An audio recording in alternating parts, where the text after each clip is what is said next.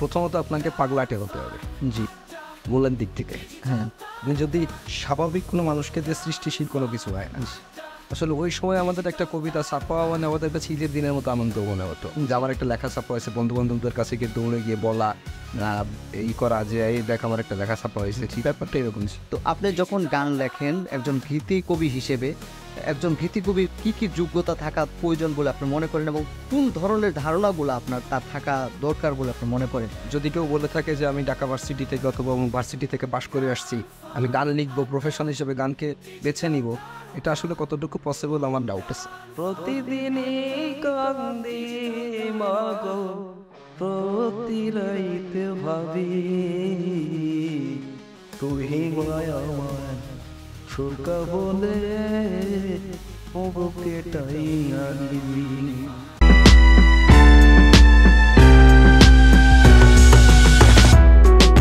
সুপ্রিয় দর্শক, অনেক অনেক প্রীতি ও শুভেচ্ছা জানিয়ে শুরু করছি আমাদের মুভি বাংলা টেলিভিশনের অনুষ্ঠান ডিজিটাল তারকা। সাথে আছি আমি মোহাম্মদ মানিক খান।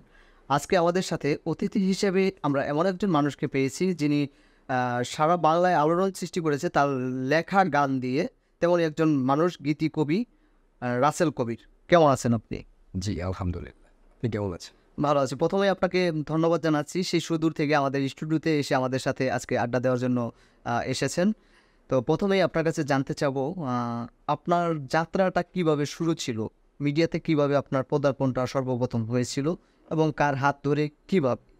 আসলে প্রথমে ধন্যবাদ জানাতে চাই মুভি বাংলা টেলিভিশন কর্তৃপক্ষকে আমাকে এখানে আমন্ত্রণ জানানোর জন্য। স্পেশালি ধন্যবাদ জানাতে চাই যে প্রোগ্রামের যে অ্যাঙ্কর মানিক ভাইকে, উনি বেসিক্যালি আমাকে ইনভাইট করেছেন।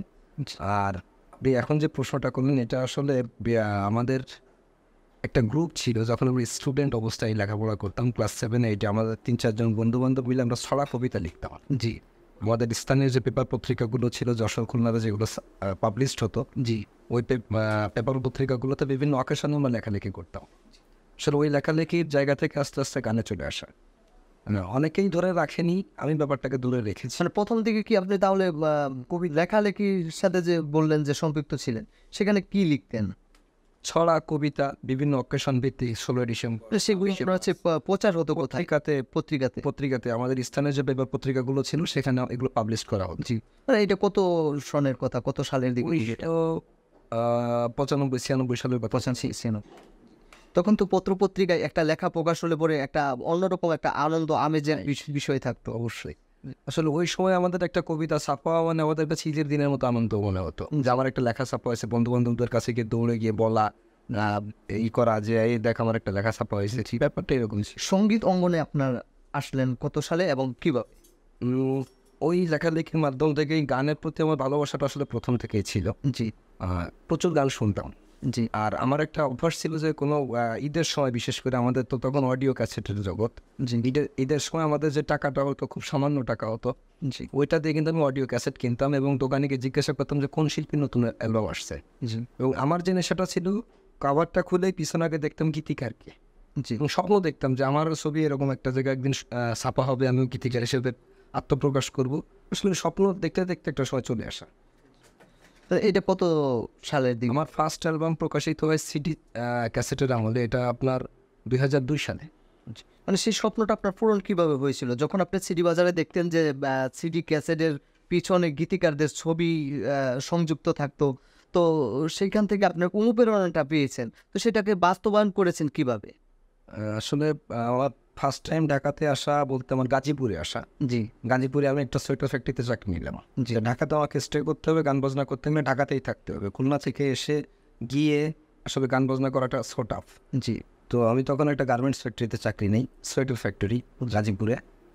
তো ওখানে আমি খুব কম বেতনেই চাকরি শুরু করি, পাশাপাশি গানের ব্যাপারটা আমি চালাই যেতে থাকলাম। বিভিন্ন জায়গায় আমি ফোন করতাম উইলিংলি, অনেক নাম্বার থাকতো প্রডিউসারদের, অনেককে ফোন করতাম।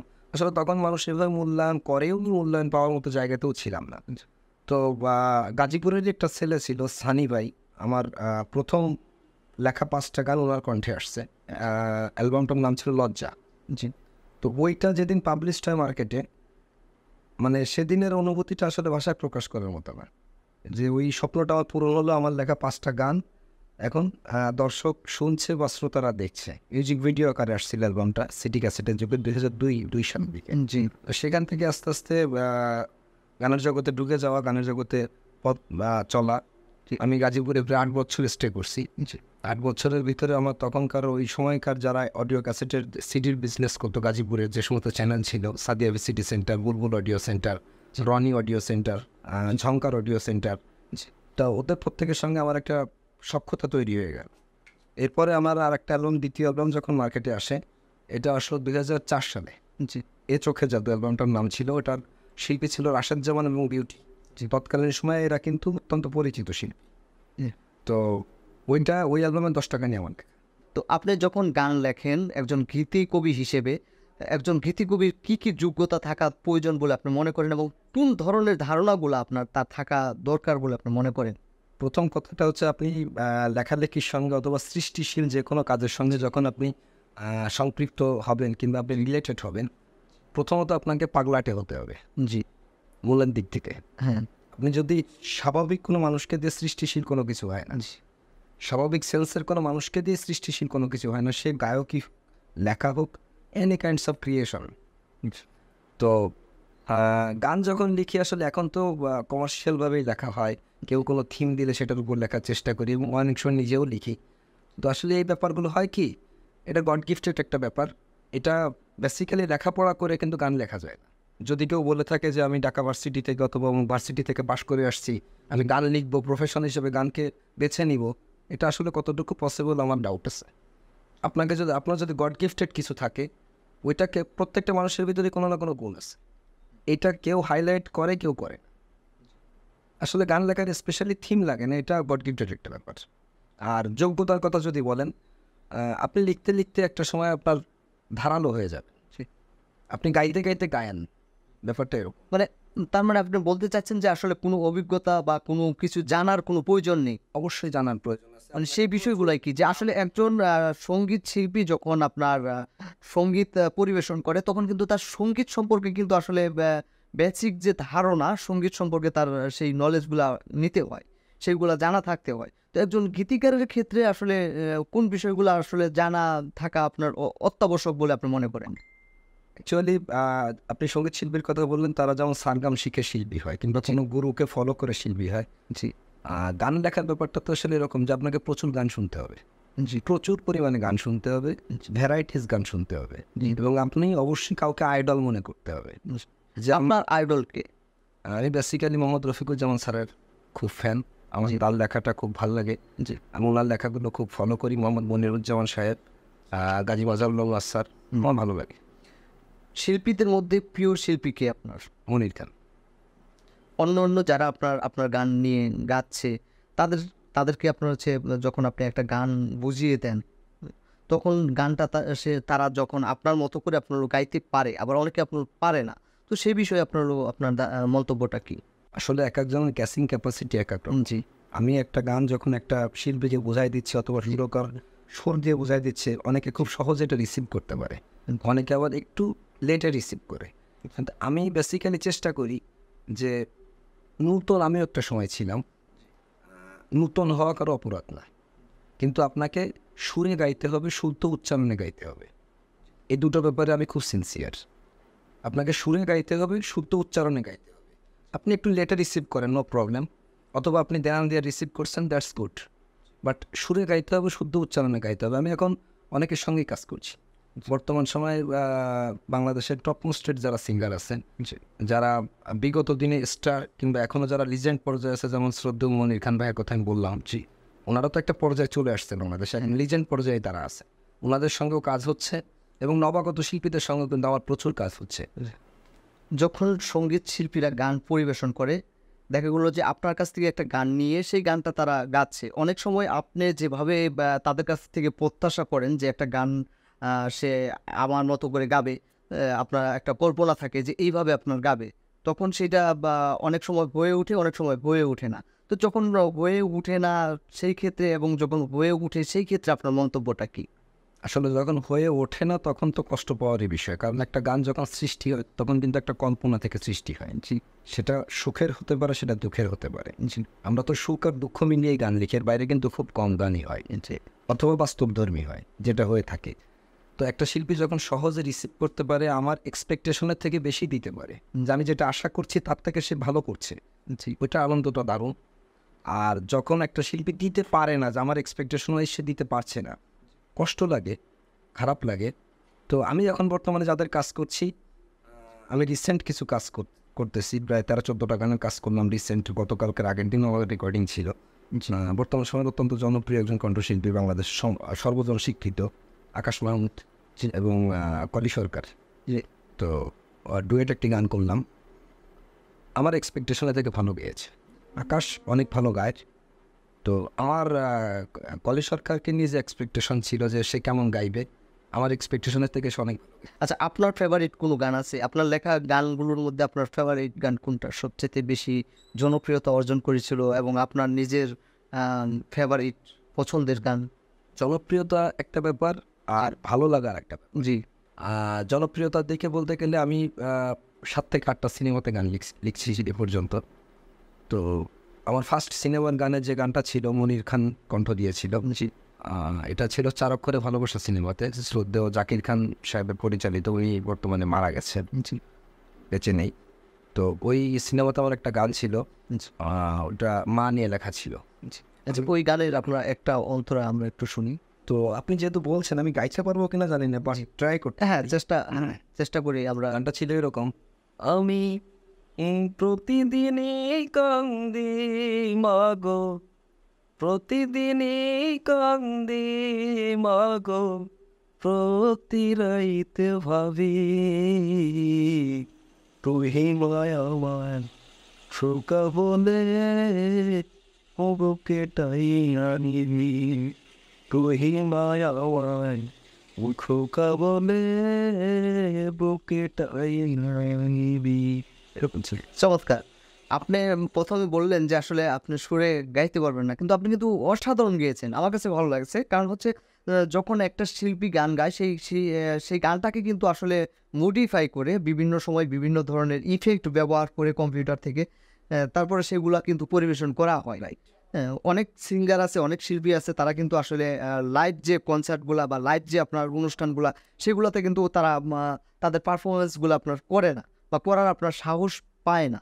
তো এটা আমাদের দেশে বর্তমানে একটা ট্রেডিশন হয়ে গেছে। জি আসলে কে কীভাবে নিবে আমি জানি না। জি অনেক সিঙ্গারকে আপনি দেখবেন যে তাকে স্টেজে যখন আপনি গাইতে বলছেন, she is not perfect for that situation, or he is not perfect for that situation, সে গাইতে পারছে না। আবার স্টুডিওতে আপনি যখন রেকর্ডে নিয়ে আসছেন, ট্র্যাক সিস্টেম যেটা আমরা করে থাকি বর্তমানে, এখানে সে ভালো গাচ্ছে কিন্তু শুনতে ভালো লাগছে, কারণ এখন এমন কিছু প্রযুক্তির ভিতরে আমরা আছি, এই প্রযুক্তিগত দিকগুলো ব্যবহার করে কিন্তু সুন্দর করা হচ্ছে। অ্যাকচুয়ালি আমি আমার ব্যক্তিগত অপিনিয়নটা বলি, আমি ওই টাইপের সিঙ্গারদের পছন্দ করি না, যে মেশিন ভয়েস। জি মেশিন ভয়েস আমার পছন্দ না। আপনাকে বেসিক্যালি শিল্পী হতে হবে, আপনার কণ্ঠের জোর থাকতে হবে, অবশ্যই। That's called singer.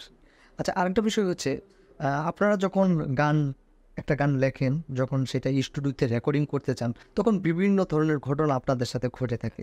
আপনাদের সেটা আপনার দেখা গেলো যে ভালো লাগারও ঘটনা ঘটে থাকে, যেটা অপ্রত্যাশিত কোনো ঘটনা, তেমন কোনো ঘটনাও আপনাদের সাথে ঘটে থাকে। তো তেমনই আপনার স্মরণীয় কোনো ঘটনা যেটা আপনাকে এখনো মনে করায় প্রতিনিয়ত, এমন কোনো ঘটনা আমাদের সাথে আপনারা শেয়ার করবেন। আমি ফিল্মে যখন প্রথম গান লিখি, যে গানটা আমি একটু আগে গাওয়ার চেষ্টা করলাম, আমি গাইতে পারিনি, কারণ ওই গানটাও ফিল্মে প্লেব্যাক করেছিল শ্রদ্ধেয় মনির খান। জি ওই গানটা যেদিন রেকর্ডিং থাকে তখন আমি গাজীপুরে থাকতাম। আপনাকে একটু আগে বলেছি যে আমি গাজীপুরে দীর্ঘদিন ছিলাম। জি তো গাজীপুর থেকে আমাকে পরিচালক ফোন করলো, জি ঢাকা থেকে ফোন করলো যে ভাই আপনার গানের রেকর্ডিং আগামীকাল, আপনি একটু দয়া করে থাকবেন সিনেমাতে। তা আমি তো মনে হলো যে আকাশ থেকে চাপ পাওয়ার মতো একটা ব্যাপার, যে আমার জীবনে প্রথম দেখা গান ফিল্মে যাচ্ছে এবং সেটা গাইবে মনির খান, যিনি আমার ড্রিম সিঙ্গার, যার গান শুনে শুনে আসলে আমার এই গানের জগতে এভাবে আসা। তো আমি পরের দিন যথাসময়ে 2 ঘন্টা আগে চলে এসেছি। আপনার মগবাজার শ্রুতি ওয়ান একটা স্টুডিও ছিল, এখন বর্তমানে নাই। শ্রুতি ওয়ান স্টুডিওতে আসছি, ওখানে এসে দেখি কমপক্ষে 15 থেকে 20 জন লোক বসা, সিনেমা রিলেটেড যত লোক, producer, director, hero, heroine, everybody present there. তো ওখানে গিয়ে আমার বসার জায়গা নেই। তা আমি আস্তে আস্তে সত্যি এক কোনায় গিয়ে কোনো মতে একটু কষ্ট করে বসে আছি। জি, গানটা মনির খান আসলো, উনি গানটা করলো, করার পর একটা সঙ্গীত পরিচালক ছিল শ্রদ্ধেয় ইমন সাহা। জি, তো গানটা রেকর্ড হওয়ার পরে মনির ভাই যখন ভোকাল রুম থেকে আবার স্টুডিও আপনার রেকর্ডিস্ট রুমে আসলো, এসে বলতেছে যে দাদা অনেকদিন পরে মায়ের একটা গান গাইলাম, দারুণ গানটা কবির বকুল ভাই ভালো লিখছে।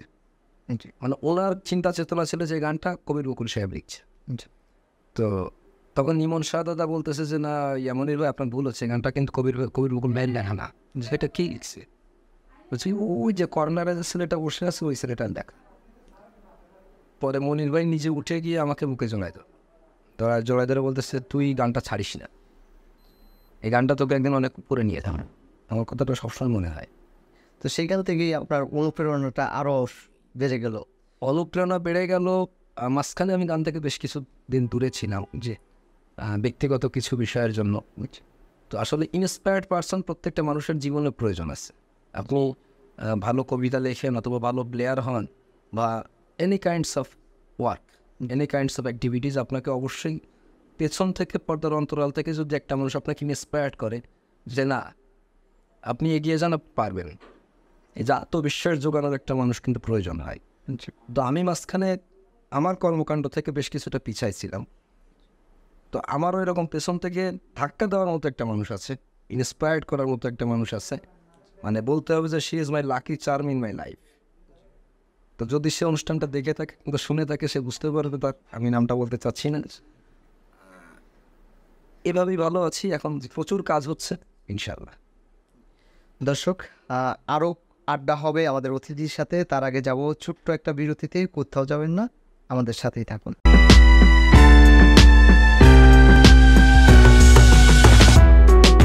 দর্শক, বিরতির পরে আবারও ফিরে আসলাম আমাদের আজকের অতিথিকে নিয়ে। আমাদের আজকের অতিথি সময়ের একজন সুনামধন্য গীতিকার রাসেল কবির ভাই। যেটা বলতেছিলাম, আসলে একজন গীতিকার যখন গান লেখে, তার গান লেখার মধ্যে আপনার যদি মাধুর্য যদি না থাকে, তাহলে সেই গানটা আসলে দর্শকদের কাছেও প্রাণবন্ত হয়ে ওঠে না। তো বর্তমান সময়ে আমরা দেখে থাকি যে আসলে গান লেখার ক্ষেত্রে যে সমস্ত গানগুলো ভাইরাল হয়, আমরা যে বিষয়টাকে আসলে ভাইরাল হিসেবে চিনে থাকি, যে অধিক ভিউ যে গানগুলো আপনার পেয়ে থাকে সেটাকে আপনার ভাইরাল বলে। যেটা আসলে একটা সময় সিডি যুগে আপনার যখন সিডি ক্যাসেটটা বেশি বিক্রি হতো, তখন আমরা সেটাকে আপনার সুপার টুপার হিট বা ভাইরাল, হ্যাঁ, এগুলো বলে থাকতাম। তো এখন প্রশ্নটা হচ্ছে যে বর্তমান সময়ে যে গানগুলো ভাইরাল হচ্ছে, এগুলো কিন্তু আপনার স্থায়ী না, কোনো গানই স্থায়ী না। আর বিগত দিনে যে সমস্ত গানগুলো আমরা শুনে আসছি, সেই গানগুলো কিন্তু এখনও কিন্তু কিছু কিছু গান আছে আপনার কালজয়ী গান, আপনার অবিরত চলতেই আছে, চলমান। তো এখনকার যে ভাইরালটা আর তখনকার যে ভাইরালটা, এই দুইটার মধ্যে পার্থক্যটা কি? আর এখনকার যে গানগুলা সেগুলা স্থায়ী কেন হচ্ছে না? হ্যাঁ, আপনি একটা প্রশ্ন করেছেন, থ্যাংক ইউ। আমি আমার ক্ষুদ্র জ্ঞানে যেটা বুঝি যে ভাইরাল যে শব্দটা, এটা একেবারেই বেমানান একটা শব্দ। জি, ভাইরাল না হয়ে প্রত্যেকটা মানুষকে, প্রত্যেকটা সৃষ্টিকে ভাইটাল করার চেষ্টা করতে হবে। জি, এখন যে গানগুলো লিখছে, আমরা যারাই লিখছি না কেন, আমার মতোই কেউ না কেউ লিখছে, হয়তো আমি লিখছি না, অন্য কেউ লিখছে। জি, আমরা কিন্তু গানের প্রতি, কাজের প্রতি ডেডিকেট কম, আমাদের আন্তরিকতা কম।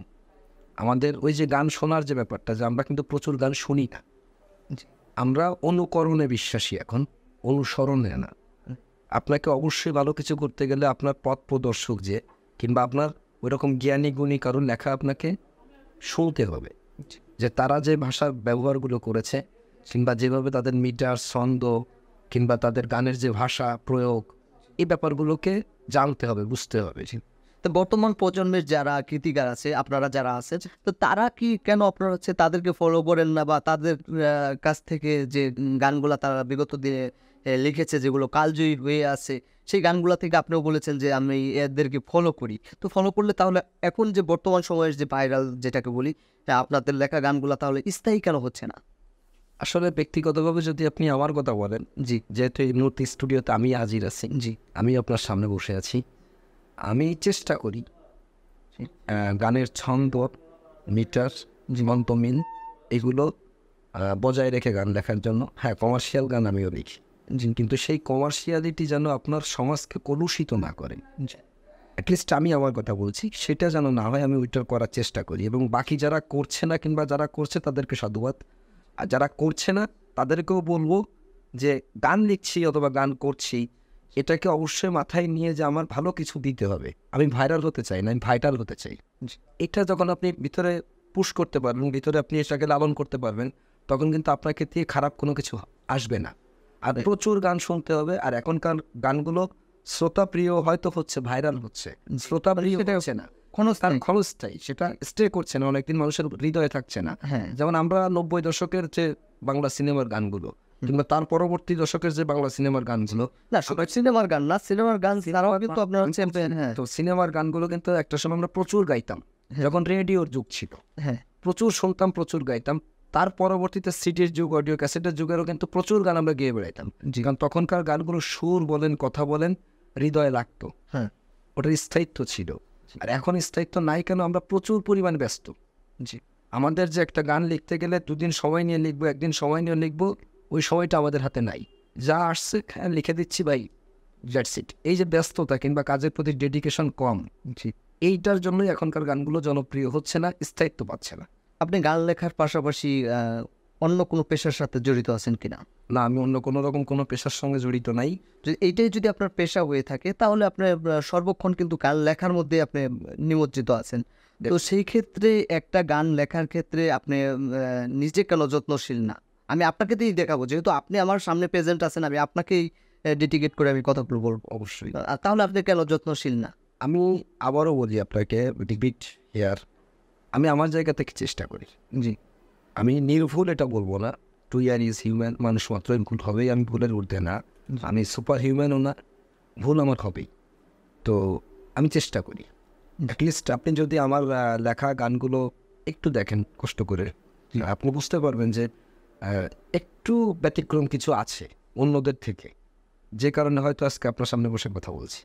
আরেকটা বিষয় হচ্ছে যে আমরা যখন একটা গান প্রচার করে থাকি, সেটা কপিরাইট আইনে কিন্তু 25% গীতিকার, 25% শিল্পী যে সে আপনার পাবে, স্বত্বাধিকারী পাবে।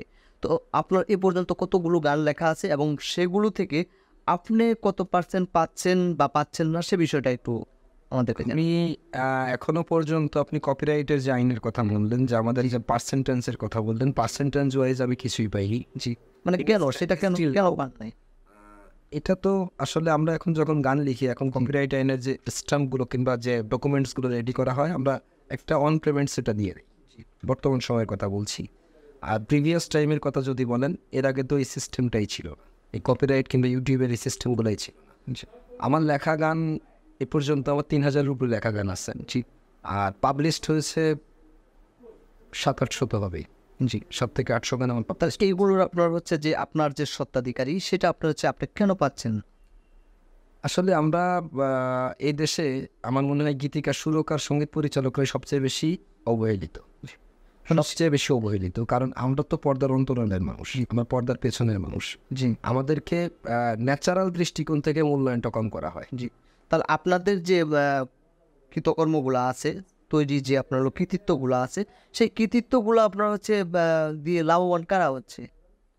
এখানে সবচেয়ে বেশি লাভবান হচ্ছে অসাধু কিছু ব্যবসায়ী, ইউটিউব যারা বিজনেস হিসাবে, মানে বর্তমান যে প্ল্যাটফর্ম, বর্তমান যে প্ল্যাটফর্মের কথাই বলি, ইউটিউবকে যারা বিজনেস হিসাবে নিয়েছে, জি যে প্রডিউসারগুলো আছে, আমার কথায় হয়তো আমার কাজও কমে যেতে পারে, যে প্রডিউসার রাসেল কোনারকে দিয়ে গান লেখাবে না। একটা একটা গানের পিছনে কত টাকা লগ্নি হয় ভালো মানের একটা গানের পিছনে?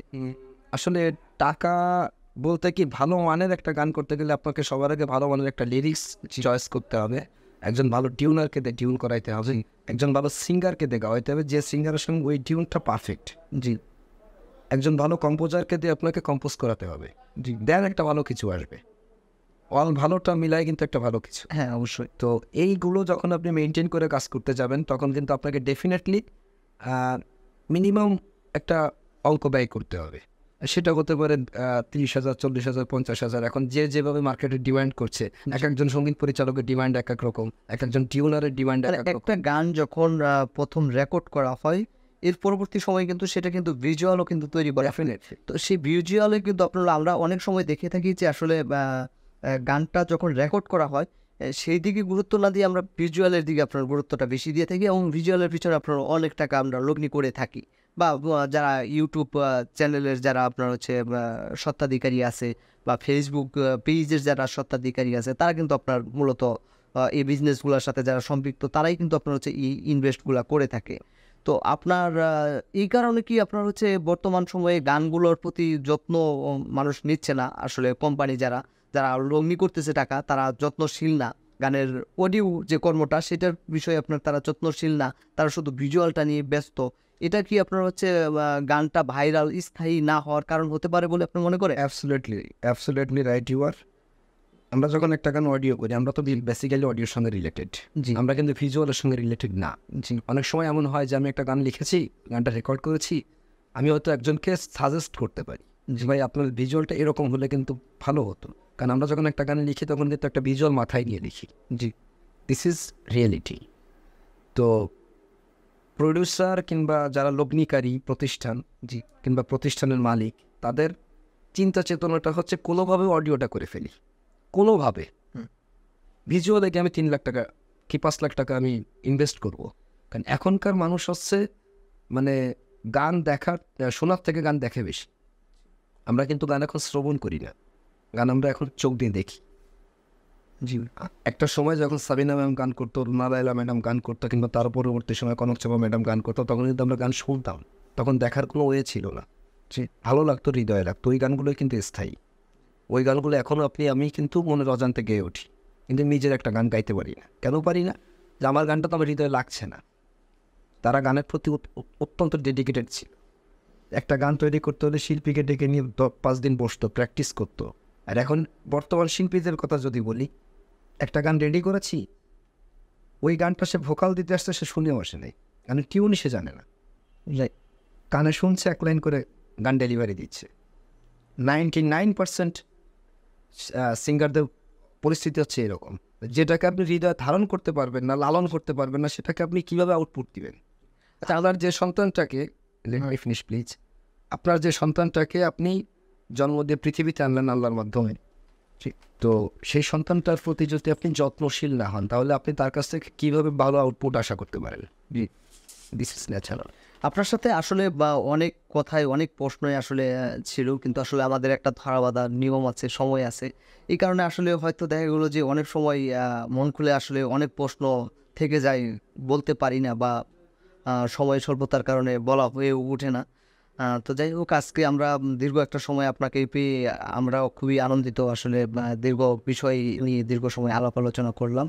তো হয়তো আমরা অনুষ্ঠানের একেবারে শেষ প্রান্তে এসে পড়েছি। দর্শকদের উদ্দেশ্যে যদি আপনার কিছু যদি বলা থাকে। দর্শকদের উদ্দেশ্যে বলার আগে একটি কথা বলবো যে আমি আবারও মুভি বাংলা টেলিভিশন সেন্টারের কিংবা টেলিভিশন কর্তৃপক্ষকে অত্যন্ত বিনয়ের সাথে স্মরণ করছি কিংবা কৃতজ্ঞতা প্রকাশ করছি যে আমার মতো একজন ক্ষুদ্র মানুষকে এখানে আনার জন্য। দর্শকদের উদ্দেশ্যে একটি কথাই বলবো, সুস্থ সুন্দর বাংলা গান শুনুন, বাংলা গানের সঙ্গে থাকুন। এখনও এই দেশে অনেক ভালো ভালো গান রচিত হচ্ছে, এখনও এই দেশে অনেক ভালো ভালো গায়ক গায়িকা রয়েছে।